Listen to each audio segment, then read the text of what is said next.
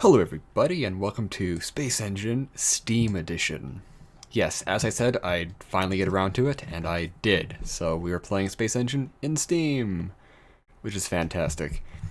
Yeah, last month, again, a whole bunch of financial things came up all at once, but now I'm in August, and things have eased up enough for me to buy Space Engine on Steam. I'll also be getting Species on Steam as well, so I'll have both of those, so I can do videos of those again. So yeah, we can get back to regular programming because there are people who actually do care about this series. So let's get to it.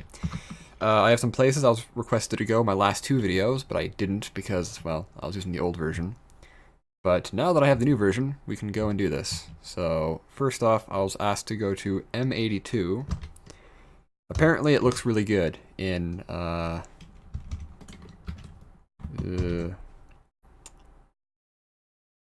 the Steam version. It's a Messier object, so come on, M80, oh wait, 82, there you are. I'm looking forward to this, it'll be good. Ooh, oh, he wasn't joking. It does look pretty good. Oh, it has like the halo around it.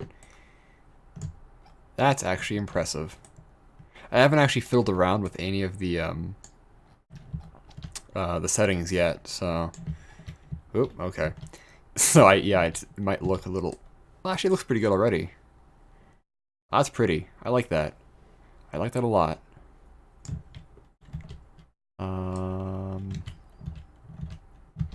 What's its friend here? There's a galaxy nearby. Yeah, who are you? That's just a... Oh, no. Come on. Literally the one right here. Ah, there we go. That's M81. I guess that makes sense. Huh. That's nifty. I like that. Alright, I was also asked to go to R136A... Oh, right there. Alright. Boop. Go to. I had it written down this time. I didn't tab out because... My... That's aggressive.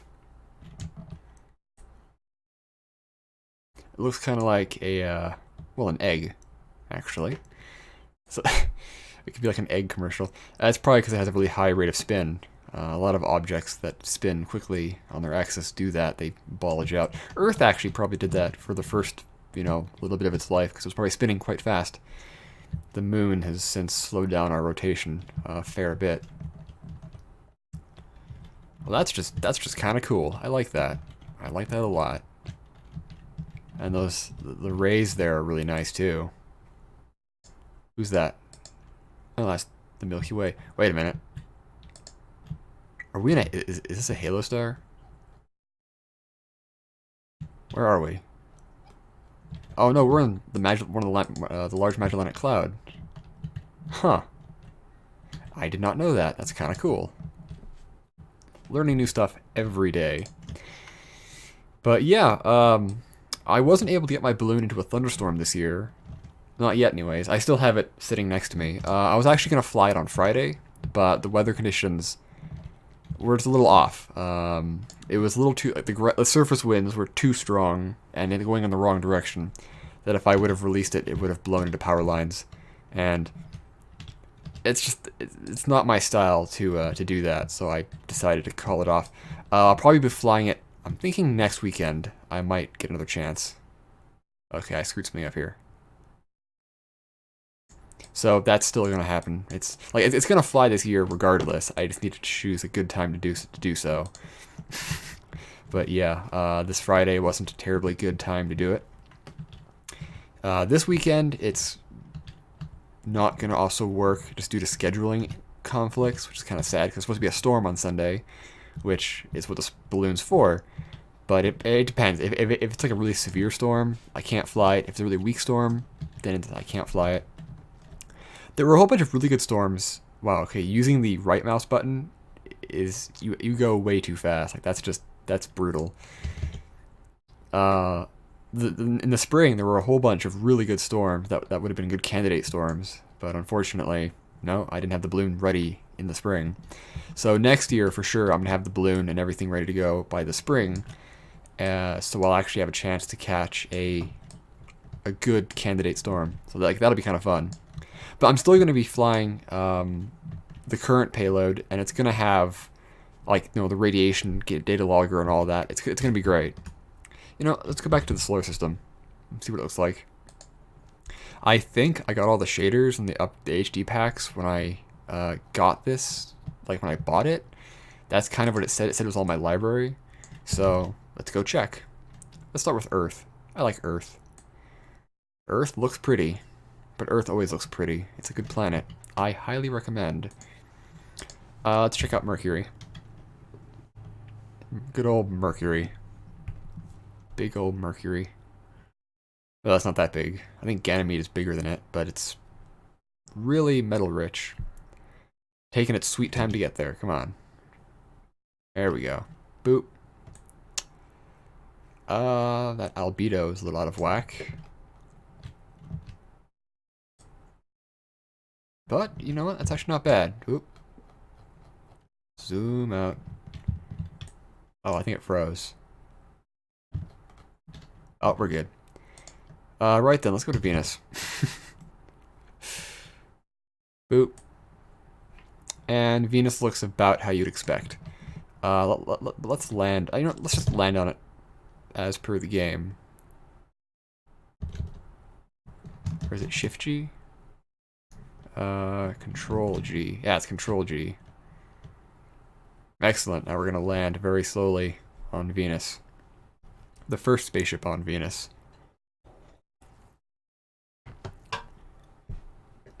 I could well, no. A hot arid Terra. It's a bit bright. Venus isn't usually this bright on the surface. Ooh, the ground texture looks a lot better than it did in the other versions. But yeah, Venus is supposed to look kind of like an overcast day. So this is awfully bright, but the ground texture looks great. I'll have to fiddle with the visual settings. Let's go to Mars, which gets way more attention, even though I personally think Venus needs more attention, but everybody loves Mars. There's the Tharsis Bulge. We have Olympus Mons. And the other Monses that I always forget the names of because nobody cares about them. Well, people do care about them, but... there's the pole. There's a giant basin. I forget what it's called. I know a lot of names and areography on Mars, but trying to pick them out is a real pain. The Valles Marineris, I think, is obscured in darkness. How unfortunate. Then again, I'm in a weird location. Let's change to the equator. Alright. Looking good there, Mars. Looking good. Let's actually land on Mars and see what it looks like close up. Who doesn't want to land on Mars?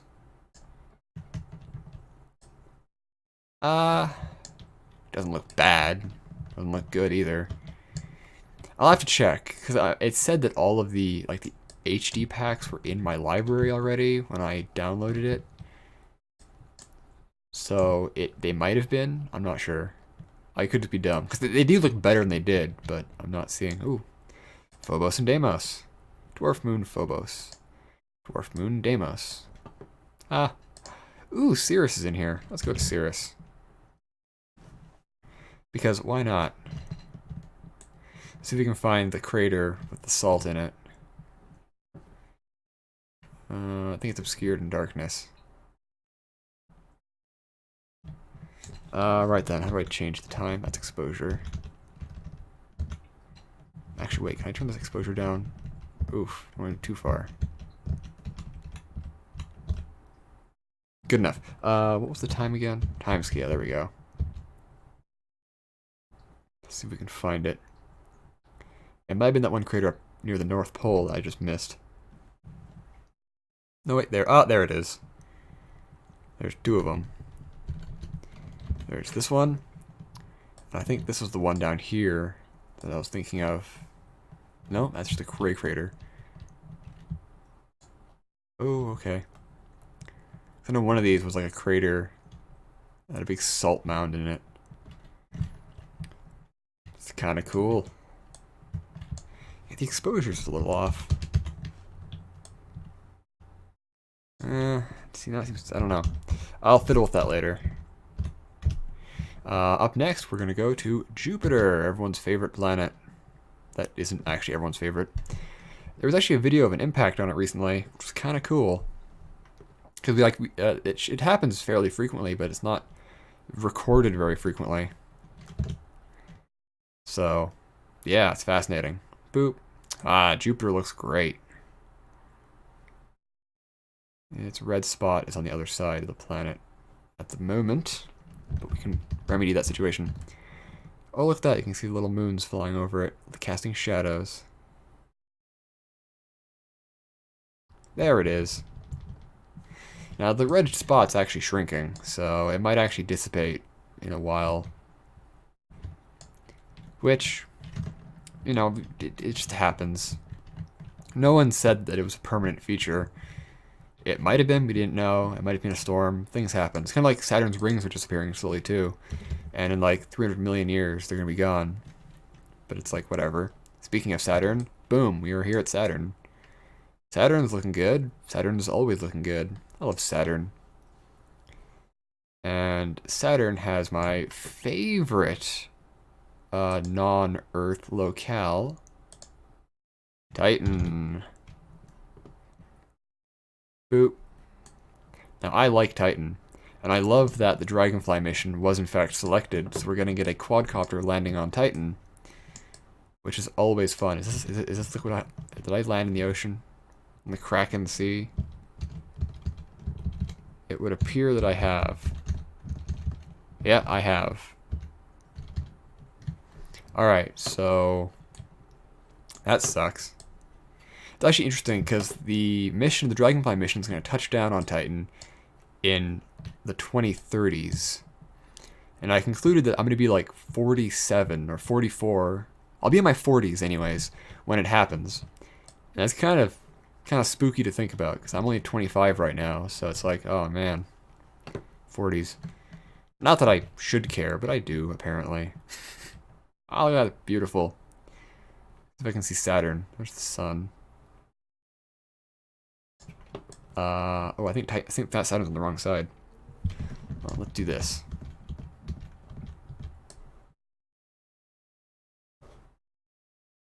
There goes the sun. There's Saturn. Look at that. Ain't that pretty?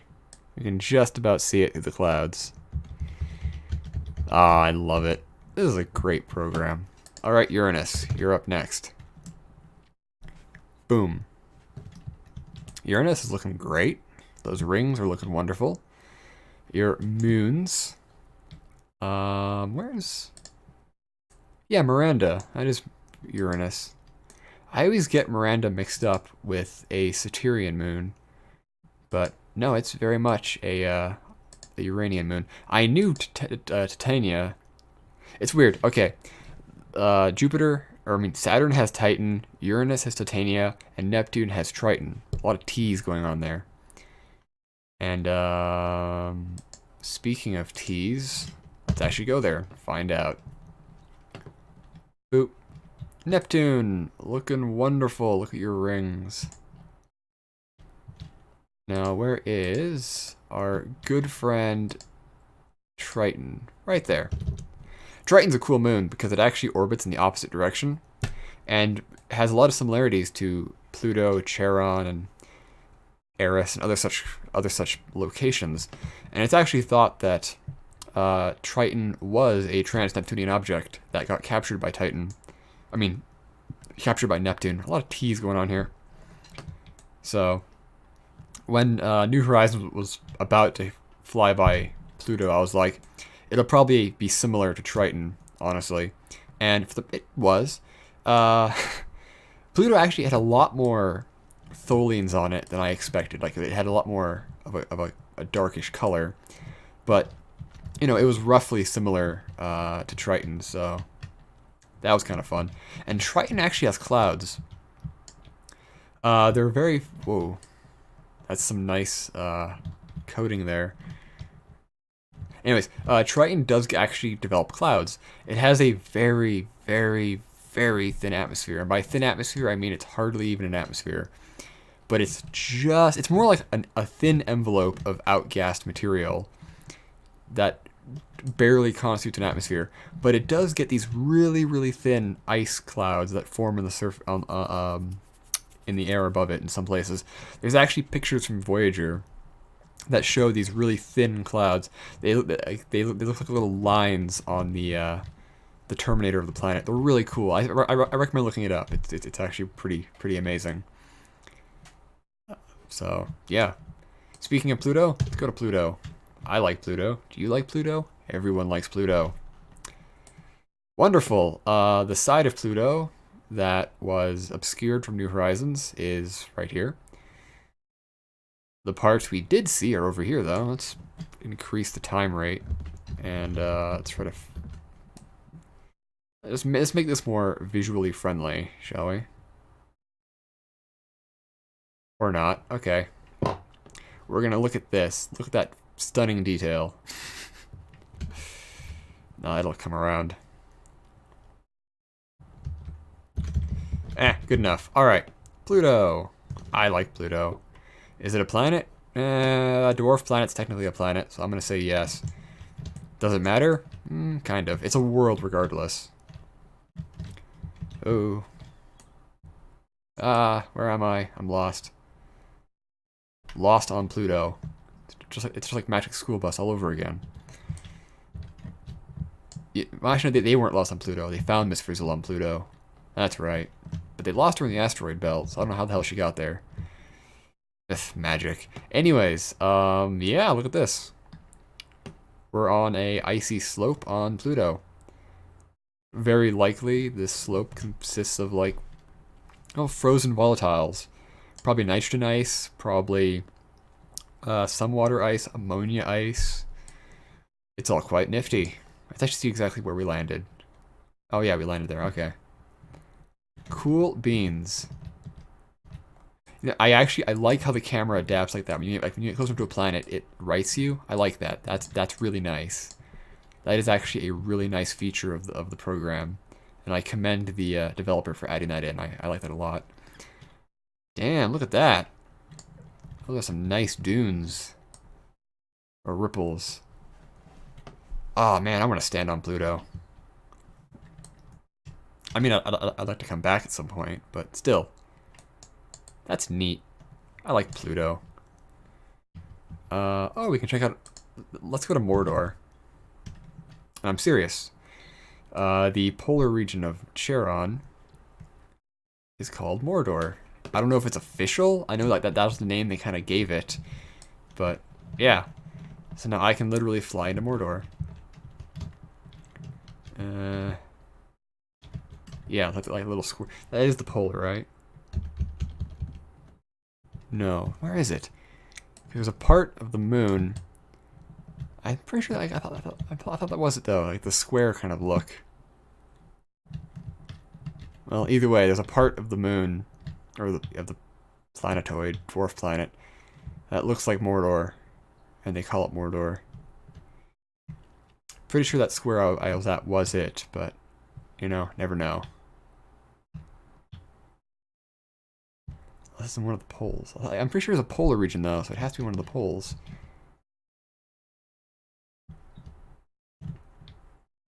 Where is the pole? Is that it? That doesn't feel like the pole.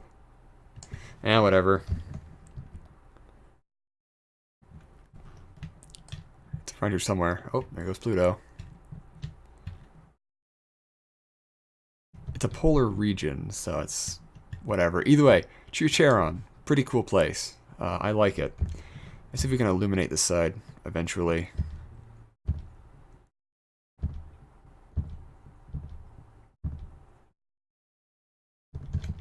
Ah, there it is. Yeah, it was obscured by darkness, which is the theme for today. Yeah, Mordor. Boom. Look at that. I know 'cause it's the reddish square polar region that's covered in tholins, probably offcast by Pluto, because that's exciting. No, go away. I'm gonna might as well carry on. Let's go to Humea. Boom. Oh, they even have the rings included too. I like that. Oh, I love it. This is so cool. So we have the dwarf planet and its thin rings. Let's go to make.